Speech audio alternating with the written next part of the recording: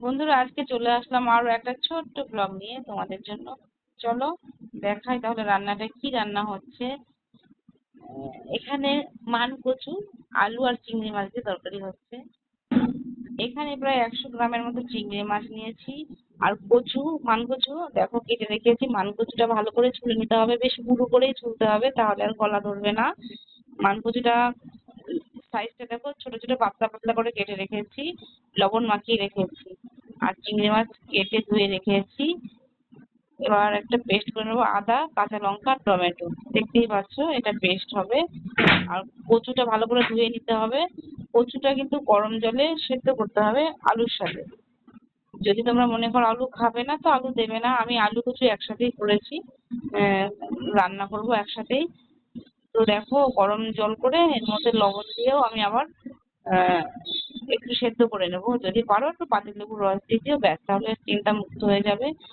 আর এখানে জিরা, গোটা জিরা ফোড়ন দিয়েছি, তেজপাতা ফোড়ন দিয়েছি। চিংড়ি মাছগুলো ভেজে নেবো।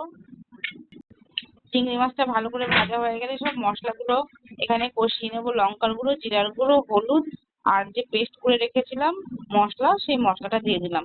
এবার ভালো করে একটু মিডিয়াম আঁচে রেখে ভেজে নিতে হবে মশলা। ব্যাস, আর সিদ্ধ করে রাখা, জল ঝরাতে দিয়েছিলাম, সিদ্ধ করে রাখা আলু আর কচু দিয়ে দিলাম। আর ভালো করে কষিয়ে দিতে হবে মশলাটা, যেন একদম হয়ে যায়। এদিকে জল গরম করেছি, জলটা দিতে হবে, গরম জলই দিতে হবে, না হলে সিদ্ধ করে রাখা আলু কচু দুটো শক্ত হয়ে যাবে ঠান্ডা জল পেয়ে। আর দেখো এদিকে ভালো করে মশলাটা কষিয়ে নিচ্ছি। ব্যাস, গরম জলটা অবশ্যই দেবে। আর ঝালটা কিন্তু তোমরা তোমাদের প্রয়োজন মতো দেবে, কারণ ঝাল এখানে একটু বেশিই লাগে।